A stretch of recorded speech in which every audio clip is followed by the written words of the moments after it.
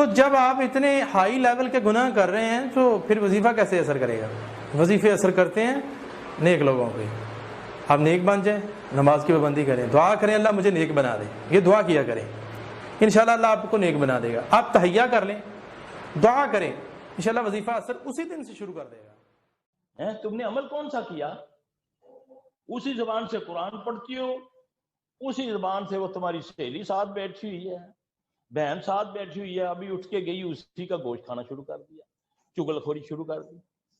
جی حرم میں بیٹھے تاں چگل خوری، لوگوں پر اشارہ کرنا لباس کا. حرم میں بیٹھی ہوئی دو بڑیاں اشارہ کر دی، دیکھ میں کہا بھائی اللہ کا واسطہ ہی اتنے تے بعد آئی اللہ دی بندی ان کی کہنی پئی ہیں، انہوں ایڈا چنگی لگتی، انہوں جا کے کہہ دوپٹہ صحیح لے لے.